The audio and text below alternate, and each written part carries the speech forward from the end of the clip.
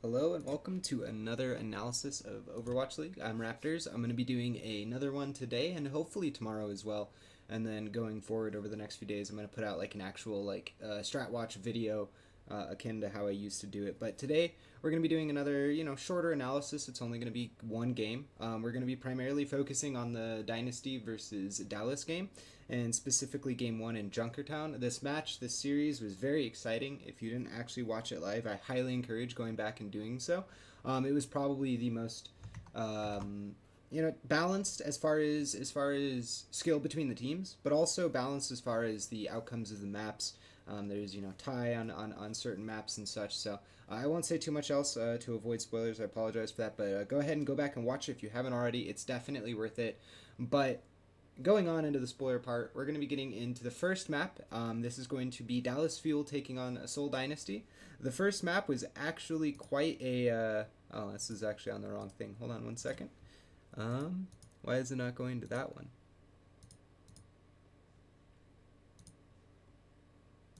There we go. We're good.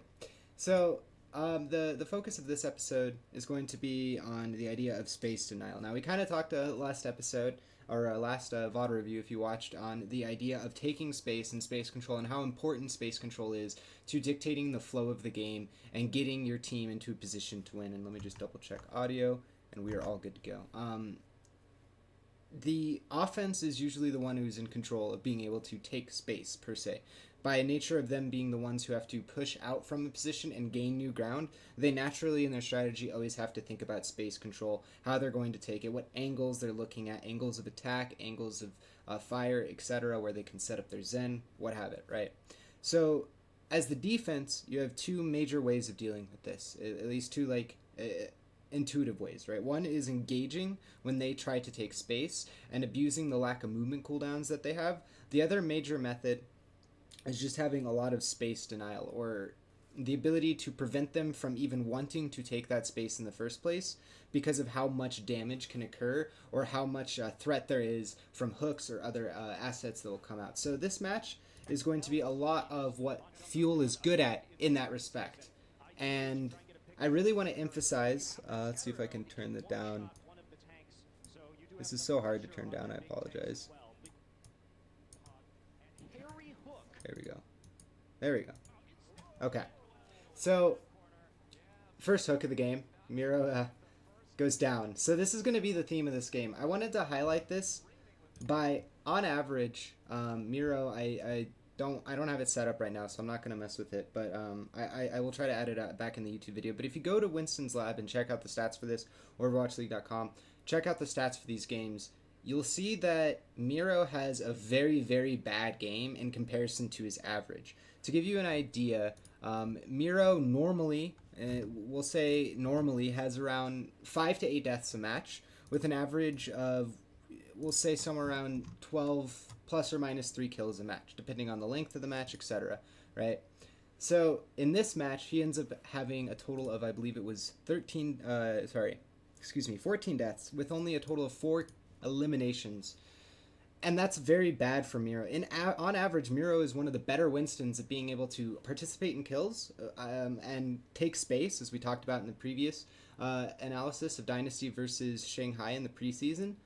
But in this match, because of the Hog, because of the Orisa, these two heroes right here, these are going to be the major factors. There will be more heroes that come on later on, but these two tanks offer a lot of damage to other tanks, and that allows you to prevent space control coming out from either the defense or the offense, which is generally the method that Dynasty will use to win fights. They're going to also be using D.Va Hog, which is a very common composition in Korea right now for tanks to do exactly what we're talking about. It's not that you want to protect your supports with barriers or that you want to take space with a barrier and aggressively engage with D.Va, but rather that you have so much damage that you can hold corners and take out enemy tanks quickly if they try to take space. And Winston consequently becomes very weak in this kind of meta because he just cannot survive these kinds of engagements. So that's what you're going to be looking through this entire map, is paying attention to Miro as far as an indicator of what is happening to the side of Seoul Dynasty as this game goes along. So the other parts of this composition are pretty standard. It is interesting to see the double sniper, but at the same time, it makes a lot of sense, right? Because they're having one sniper play on one angle. You see over to the right, you have Seagull. And you have Effect in the far back, who they really can't deal with both at the same time, right?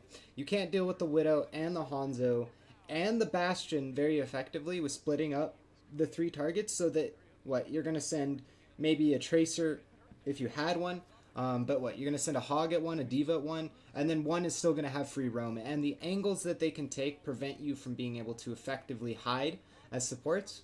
So I do like this adaptation, but generally speaking, you would see another tank with this, such as a Zarya, or you would see some kind of close-range DPS or healer, potentially. So, the beginning of this is kind of just a slugfest. Once you get out into this open part, this kind of composition, the Bastion Orisa setup has a really hard time of resetting up. And I do not have notifications on. I apologize. I need to fix that. But thank you so much for the follow. Harry Hook gets the double kill, but they're just going to go ahead and push forward from here. So this isn't really too important to look at. A lot of this point is awkward for the attacking team, since they are a Bastion setup. It's wide open spaces. The 2 snipers help with this a lot. But once they get momentum going on the cart, this is where this composition becomes really scary, right? So now for the rest of this point, the engages are going to be short corridors. If you look at, for instance, like right here, right? If they have to retake, they have to come through this box, easy to funnel, this box, or this box. And the only area they can contest is here, right? And so I guess, yeah, they can come from here as well. But the point is that all 3 of these are very easily spammable. So you can have Hog spam into one, Hog, you can have Bastion spam into another. And if they do get on cart now for the rest of the point, they're going to be having effect on Reaper. Now, instead of all of these open sightlines, which you saw on the section just before this, Widow is going to be able to dominate, be able to spread out with the decreased grappling hook cooldown, and be able to find critical angles, get good picks, and open up opportunities for her team to win fights easily. However, when it goes to this next section, the sightlines become much more constricted. She's much more easily diveable or easier to get on. So Reaper adds an effect that now the defensive team cannot effectively engage onto cart, because they have to be able to answer both Roadhog and Reaper in close range.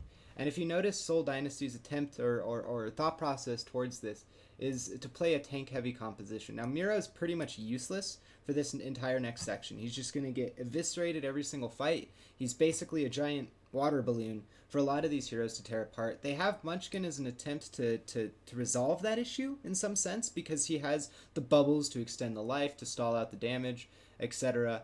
And then Zumba, which is probably the most important tank of the 3 that they have out right now, can use that defense matrix to mitigate a lot of the Bastard's damage for 2 seconds, can also create opportunities, and the bomb is very useful to be able to spread the cart, push past the Bastion, whatever it may be. The Diva Bomb is a very effective tool to just create tempo or chaos in the fight, and for the defense to be able to regain control. Lastly, they have this Junkrat to spam the point and hope they can get on it. But after that, really they're hoping that these 2 heroes do enough in the meantime that Miro and Munchkin can be able to survive long enough through the damage to be able to get stuff done. Additionally, they do have the Graviton through the Zarya, but ultimately this composition, I don't like it, is basically the short end of the stick. A lot of Dynasty's power is Miro's ability to take space and his strength on Winston, but one of the weaknesses of Winston is just how weak of a hero he is with the body. He has a massive hitbox. He has a massive head hitbox as well, and his bubble's really weak when you think about the grand scheme of how much damage can go out in a game of Overwatch at this level of play. Between Hanzo Arrow, Orisa, and one right click from Hog, his barrier lasts on average, 2, maybe 3 seconds maximum, but usually I would say about 2 seconds, which is 2 attacks from 3 different heroes. So they push up aggressively here, get into an awkward spot. The tanks aren't really able to do their job. The Grav ends up pushing them back, and this is one of the first fights that they're going to win after the last fight and a half. But that was primarily because they pushed up so far. You see Harry Hook is very far up in the fight. I'll go back real quick and highlight that, but they go up incredibly far for how much space control they have. So the cart is all the way back behind Seagull right now. It's off to the left. They just switched to Harry Hook, but it's off to the left over here. Okay? The cart's over here. You can see it. And they have the Bastion set up right here. And there isn't a lot of space denial that can go on. They have to have people pushing the cart, which means that it has to be somebody that can defend the cart, which means Taimu and Effect are going to be the ones near it, as well as Seagull. To push up and get this kind of damage done, they want to have Kusta and they want to have Mickey. So this naturally splits the team. I don't necessarily agree with this play call at the time, but hindsight 2020, they maybe should have just gone for a bit more of a death ball push here. But it doesn't end up mattering too much. It's just a small thing about wanting to get more. Again, we talked about this the last VOD review as well. Wanting to get more than your team is able to get in that current situation. It's not that they had any mechanical issues, wasted ults, missed shots, etc. It's just as a team, they overly committed to a position they could not hold. So now the really important part of this whole VOD review is the idea of space control and this, or space denial, and this is going to become very important going into the defensive side. Miro is going to jump here and he's going to die before he can even get his ult off. And this is, again, because they have so much damage. They have the hook, which he did just use, but they have the hook, they have a Mickey on the Orisa, and they also have effect on the Reaper. And with the bongos getting dropped here, Miro's health is just going to evaporate, as you'll see in just a second. He gets bubbled, he drops bubbled, and he's dead. And that's it. There's all the space creation gone from the side of Seoul Dynasty. And now they're explicitly relying on Zumba to create space with his mech and his bomb, and for this Tire to, of course, get something done.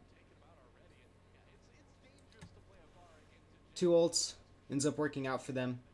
But again, this issue that Miro is dealing with is only going to become more and more important. So they push up to get the kill on Effect. Good, staggers, but it does end up costing Zumba not only his life and his mech, but Kusta also gets the free res. Again, a bit of over-aggression ends up getting punished. This is what happens when good teams fight good teams, is that they're able to capitalize on other teams' mistakes very quickly.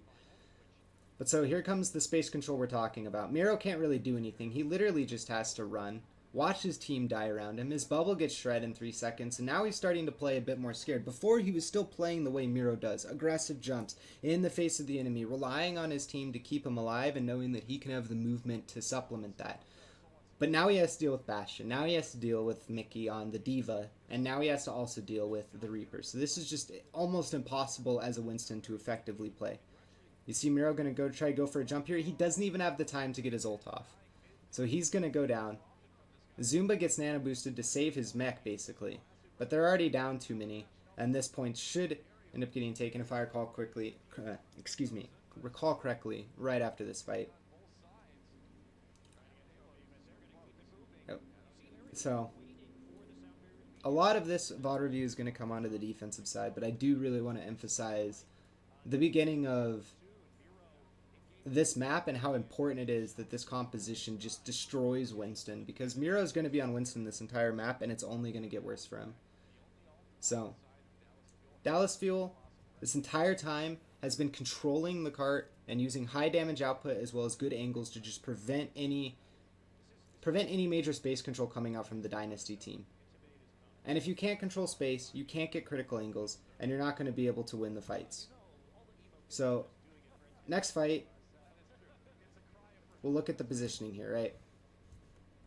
Most of the time when we were watching Shanghai yesterday, you noticed a lot of the time that they were on the defense and they were trying to prevent a lot of the space control that was coming out. They were hiding back here and basically trying, like, functionally farther back. They were trying to prevent the jumps from being able to be effective. Right. They didn't want the Miro to be able to get onto the team. They didn't want Zumba to be able to get in close range with his boost. They wanted them to have to use the maximum distance of their cooldowns. However, what ended up happening in all of those matches, if you go, or in the map of Eichenwald, if you go back and watch it, you see that they get constricted into corners and constricted into poor angles. Dallas Fuel's approach to this, and I did a VOD review about a month and a half ago of them, is a very opposite-minded approach to the equation. Rather than letting the enemy team get space to get those jumps and fall far enough back that their jumps are useful or useless, we're going to take so much space forward that they have to use jumps to control us in the first place, to get to the points that they would want to be able to take that space. So we're going to step a step further than what they would expect and use our pressure and our composition's damage to be able to not allow those jumps to happen, not allow that space control to happen. So Miro already goes down at the beginning of this fight. Zumba's mech is going to get absolutely shred, and they're going to be down 2 tanks, and the cart has basically just been moving for free this entire time. And again, this all comes down to this idea of Hog, Diva, mainly Hog and Diva, right? This is the concept behind these 2 tanks as a combo, is that we don't need to necessarily take space actively. Rather, what we need to do is actively deny space from the enemy team and push forward consistently. That's at least the offensive approach to the equation. So Zumba's mech absolutely devastated, and now they're down 2 tanks. Fletta's switch to Widow here really concerned me, or not concerned me, but confused me a bit. I think it's even more confusing on the defensive side, but we'll get to that when that side occurs. But so now this death ball of a cart is approaching the final cap. Seoul has no ultimates to deal with it. They've swapped off of their 2 extra tanks into 2 more DPS in an attempt to solve the issue. But they're running into the same problem they are before. How do we engage this composition? How do we get in and fight? We can't really split them apart, which they do end up doing here. But in general, they can't split them apart. And if they do, there's so many damage threats. And Kusa has Valk that they're just going to end up winning this fight. And right, Jaehong is going to attempt to touch the cart with Trance, but Taimu hooks him, whole hogs him off, and this is going to be a cap with basically about a minute remaining. And all of this again came down to, look, Miro just dies. Like, there's nothing he can do. And this is one of the best Winstons in the world getting absolutely destroyed. And so again, a lot of this comes down to core tank composition being so high damage output that they really can't do anything with the Winston and the Diva. So we'll get to this other side, and we'll get to see a better explanation of what's going to happen. So,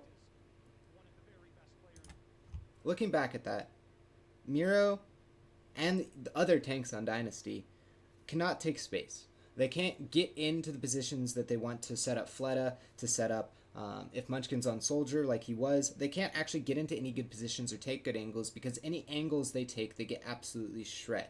Because the amount of damage pressure that comes out, the threat of hooks, and also that entire time you had a Junkrat or a Hanzo in the background spamming, and Effect was playing the Reaper, so that even if something did go awry up close, they could just shred them apart, and they played around the cart. So now, how do you address the situation on the defense? Well, you don't need to sit on the cart as much, because your goal isn't necessarily to stand on the cart and stop the cart from moving where it is. Rather, your goal is to stop them from capping to the point. So you set up in critical angles to give yourself these most effective damage threats that you can, and that so they cannot engage at the same time. The first major corner that they work with is going to be this one. Set up the barrier here.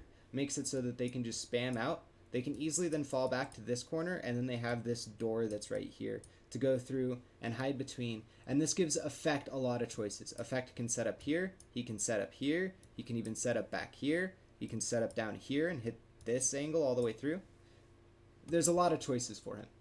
And what they're going to do is they're going to rinse and repeat this theory all the way out through. They're going to say, we're going to get as close as we can, reasonably speaking. We're going to apply as much pressure as we can with Mickey and with Taimu. And then that'll open up Effect, while Seagull is also taking advantage of the fact that if they can't jump and engage, then they are hiding behind corners, and we will add extra spam to this threat and completely prevent movement. So let's see how Dynasty deals with it to start, and how Fuel ends up executing it in practice.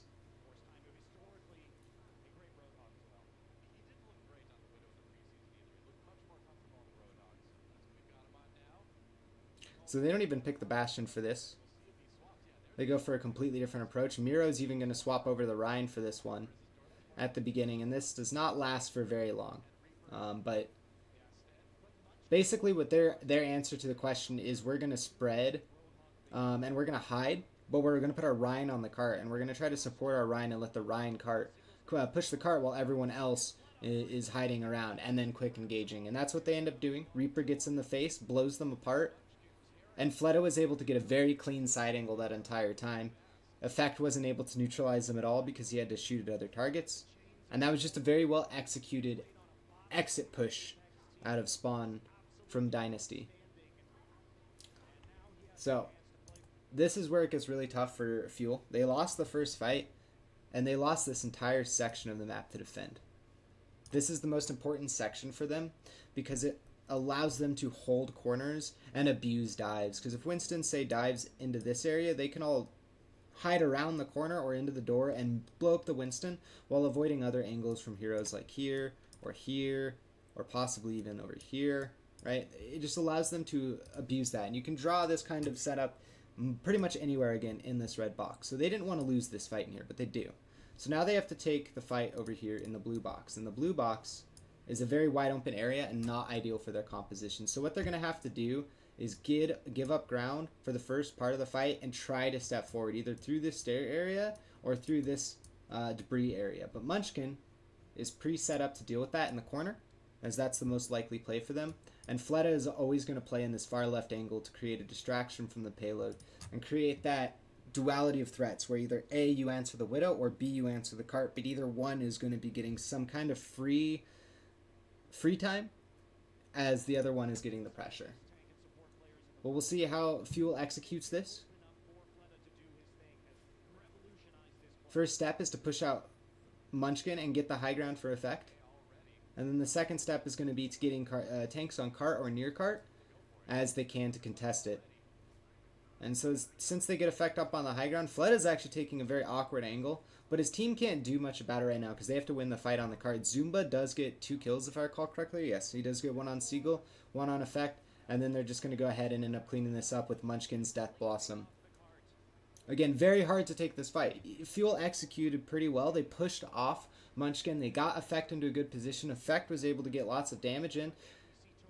But because of the way that the cart is set up, because of the way they haven't been able to set up, which their composition heavily relies on presetting or presetting up, that they're not able to actually do much of the damage or do anything. If they can't set up, how is a Hog or Risa going to do anything? They're not Winston or Diva in that respect. So this next fight is probably the most important of the upcoming fights, as it's the first one to really stall the momentum of Dynasty.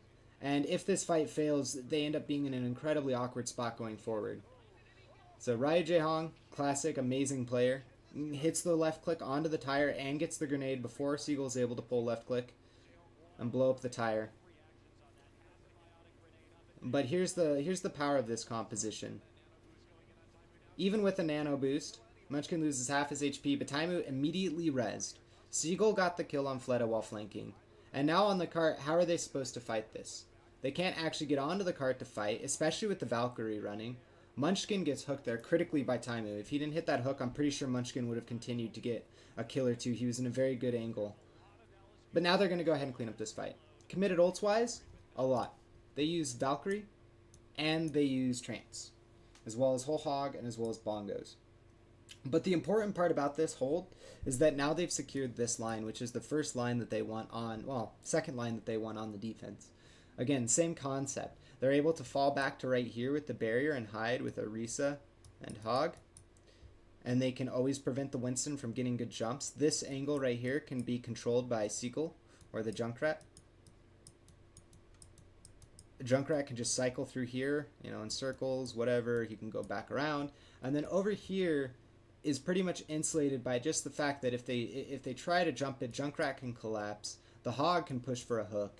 And they can easily just fall back this way and run. So we can have Kusta on the Zen over here. Harry Hook can jump up to him. And you can even put Effect far back over here. So there's a lot of choices and options to make things work for this particular setup, which is why, again, it's so important that they won this fight. So going forward, Space Denial is going to become the name of the game. And Dallas Fuel is going to prevent Miro from ever being able to get the kind of jump he wants to. So they're going to go ahead and push up to the first setup that they want to. Taimu scares Fleta. I'm sure he was not ready for that. Fleta was expecting them to be a bit farther back. That's why he just went straight for that. Miro dies immediately once again. That shot from Fleta when I was watching live was absolutely amazing. Has quite the amazing shot, but this hook.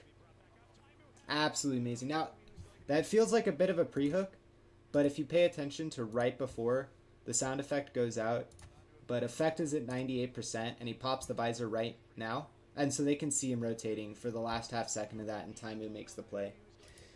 But this kind of pressure, right? Now Fleda's taken out of the game. They can't really go for the res. He's dead in the middle of the map, in an awkward spot. So how do they retake here? It's incredibly difficult, to say the least. Eventually, it's going to come down to quite a few ults. It's going to come down to Zumba getting an effective bomb, as well as Zumba himself just getting I believe it's 2 kills total as the D.Va mech, and they're going to end up nano boosting him. But this kind of pressure is just so hard to deal with. Miro can't do anything. He jumps in, tries to get a little bit of space, but he's barely hopping for anything, and he loses all of his armor for it. Taimu gets Munchkin in the corner. And Effect gets Fleta. So again, look at this pressure that's happening right now. Zumba's separated from Miro. That entire time, Miro's just jumping from... Oops. That entire time, Miro was literally just jumping around up in this area. If I can pause it correctly. He was just jumping up in this area, on this box up here. He was just running around in circles there for the most part, trying to avoid damage. And he still walks out with under half HP. He just can't do anything that he wants to. He's getting shut down left and right. Every push, he's dying early. He's built 30% per fight, which is pretty low for Miro. Generally speaking, you can see him have a Winston ult every other fight when things are going the way they're supposed to. But again, this pressure is just oppressive. Fleta's visor gives them an opportunity because at least they can know exactly where Taimu is. They can know exactly where the setup is going to be, and they can avoid hooks. But with the counter visor from Effect, it's a lot harder for Fleta now to get these angles because now they know where Fleta is going to be coming from. And we're back to square one on what are you supposed to do in this situation. Munchkin goes for an attempted flank here. Ends up working out very well. Comes in with 10 HP actually is probably the craziest part. And thank God to the changes on Reaper, he's able to re-heal to full, mainly just through light healing from Ryu J Hong and his ult. And they're able to take it. But 2 minutes of time gained on the defense here from Dallas Fuel. When they had took this fight originally right where Toby is right now, the clock was at a staggering 4 minutes basically. And now it's 1:14 and Dynasty is finally pushing the cart from this position into the next. And it wasn't because Fuel was constantly engaging or being oppressive, it was because they were just pressuring the living hell out of Dynasty, for lack of a better way to put it. It's not easy to push into Orisa, into a Roadhog, into a Junkrat, and into a Widow that's far back and insulated because of all that pressure. And this theme just happens over and over again. And how are you supposed to engage and take critical angles? And this is the ultimate form of this composition that I was most excited to get into this VOD review about. Is going to be the D.Va Winston setup. So Miro finally gets himself a kill, one of his 4 throughout the match. But Siegel's tire ends up shutting that down quite quickly. Toby survives that very well, actually. His movement there was super clean to get behind the pillar and avoid the tire. But Miro, what is he supposed to do? Normally he would be on here on cart trying to stall it, trying to prevent them from camping, or trying to get the cap, and get them off of it, but he can't even do anything about it, really. Eventually they will take this fight, though. Again, Zumba does a lot of damage. D.Va is a very good tank shredder, especially in her current iteration with the rockets. But the D.Va boosts, or the nano boosts on him, have been very effective. It's happened twice so far in the match, and both of them have won critical fights. But here's the big picture again. They were at 4 minutes at the beginning of the stage. They would have come in with 5.5 had they won that fight that I said was super critical. Well, a little bit less, but roughly 5.5 minutes. Now they're down to 1.5 minutes. They have to deal with the ultimate form of this composition. Effect is, if I recall correctly, he's going to go back to the Reaper. This is what I have in my notes. This composition destroys Winston. And I talked about this at the beginning. But D.Va is a tank shredder in her current form. With the rockets, she can easily beat through armor very quickly. The rockets actually are much more effective than her left clicks because they're a higher damage per rocket than per bullet. So there's less mitigation that occurs from the armor. And thus, she can shred that armor much quicker. Hog destroys armor just straight out. Armor is weaker against targets that deal high damage because, again, it deals, if it's over 10 damage of an instance, it's only going to reduce the damage by 5. So for a Hog, full right click, you're looking at, I believe, it was 220 before, so let's just do an easier one. Farah, 120 minus 5, 115. That's how much her rocket does every single time to armor. However, if you look at Winston, because he does damage over second, right?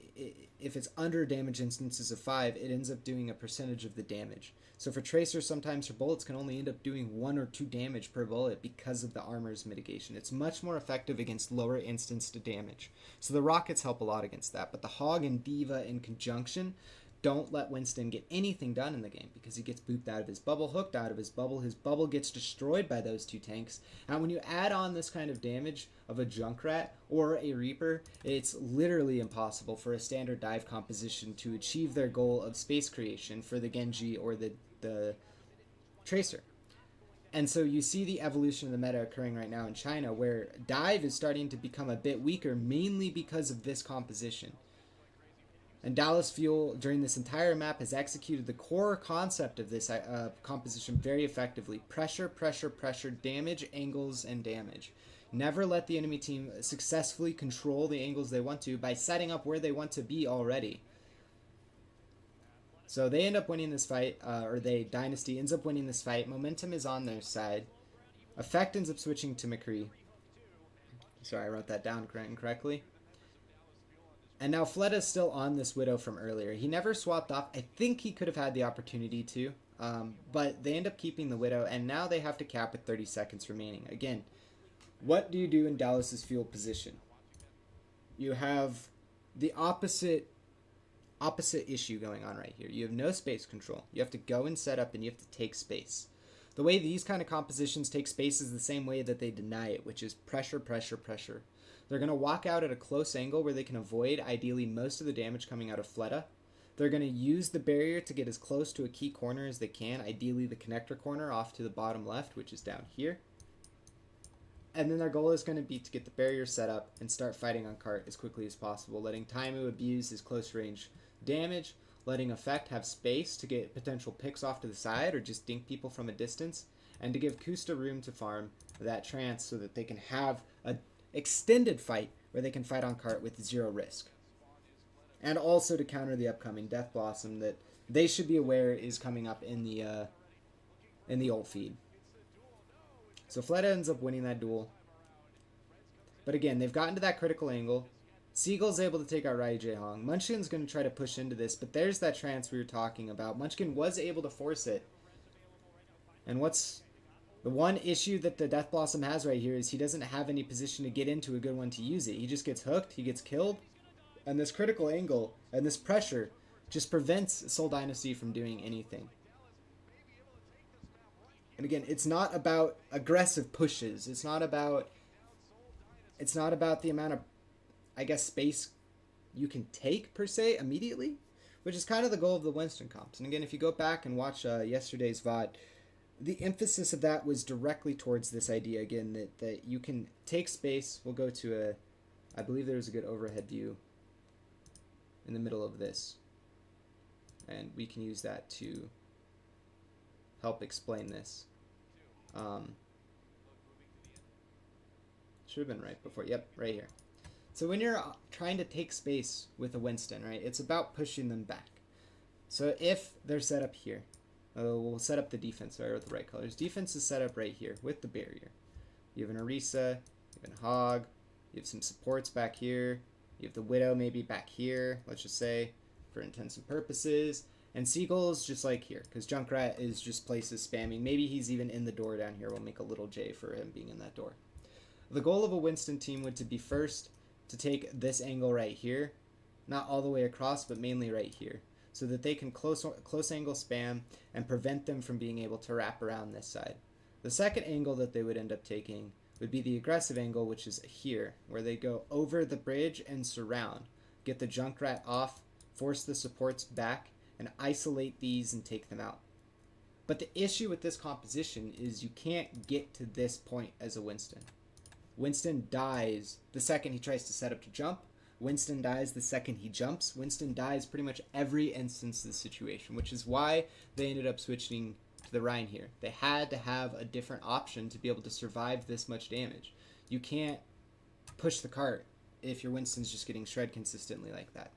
So just by nature of these two heroes, and holding a key angle, Winston becomes a useless hero. He can't push in. He can't, like, he just basically has to hide. And you see that in Miro's deaths in this series, and you see it in comparison to how Dynasty played later maps in this series, and how they played against Shanghai in the preseason, which is the previous VOD review. So again, I highly encourage you to look at this map and look at this series as a whole if you haven't already watched it, and if you're looking to change up what you're playing in ranked play because you're tired of seeing Winston and Diva all the time, or standard compositions, this is a very good way to approach the current meta and to help deal with issues such as Winston. Because again, you can't really be an effective Winston in a world where there's a hog in your face, where there's a Diva. Those two in conjunction don't protect supports, but what they do is shred tanks and create space so that there isn't any opportunity for the other team to get on the supports and kill them. And Orisa Hog, very similar fashion, but with a bit more stability because of the barrier. And you add in something like a Junkrat or a Reaper, and it's very, very hard for any dive composition to get much done with standard engages or standard playbook of dive plays, as it were, with space control and critical angle taking. But that pretty much does it for this entire map, guys. Like I said, I do want to continue to do these. I hope to get better at these and back into the flow of proper analysis. And as well, going over the next few days, I want to put out a full episode of StratWatch where I really go in, get the fine details for you guys, and really just take a lot more of the things that, like, even during this game, there are lots of little details, ultimate timings that I missed, other things like that, because the main goal was to focus on this overarching concept. But I hope this episode helped, or this VOD review helped enlighten a bit on the concept of zone control and space denial, and how you don't necessarily need to constantly be thinking about taking space with Winstons or tanks. Rather, you can just control space, and have the proper heroes in those positions to deny any taking of it, and then can win the map either way on offense or defense, just depending on where you set up. But if you're on offense, you probably do need a Bastion a bit more than you do on defense. But that should do it for today, guys. The Overwatch League is starting up here in a little bit. I believe about 20 minutes or so. So again, I appreciate everyone for stopping by. This was another VoDWatch. My name is RaptorZ. I'll be doing these hopefully every day of Overwatch League, and maybe even just every day in general. I'm going to try to get into a good schedule of it. If you have any suggestions, ideas, or comments or feedback, feel free to private message me here on Twitch, send me a at on Twitter, or any way you would like. But you can follow me on Twitter at RaptorZoW. You can follow right here on the channel, and you can also check out my YouTube at youtube.com/users/DotaRaptor or Raptors Gaming. I'm going to mess that up 100 more times. And I'll be uploading the VOD there as well. So if you would like to watch it back over, see anything that you missed, etc., feel free to go ahead and check it out there. But again, guys, thank you so much for watching. My name is RaptorZ, and I'm excited to see another day of Overwatch League and hopefully get you guys another awesome set of analysis for another match out of today. So thank you, and have a good day, and enjoy the Overwatch League.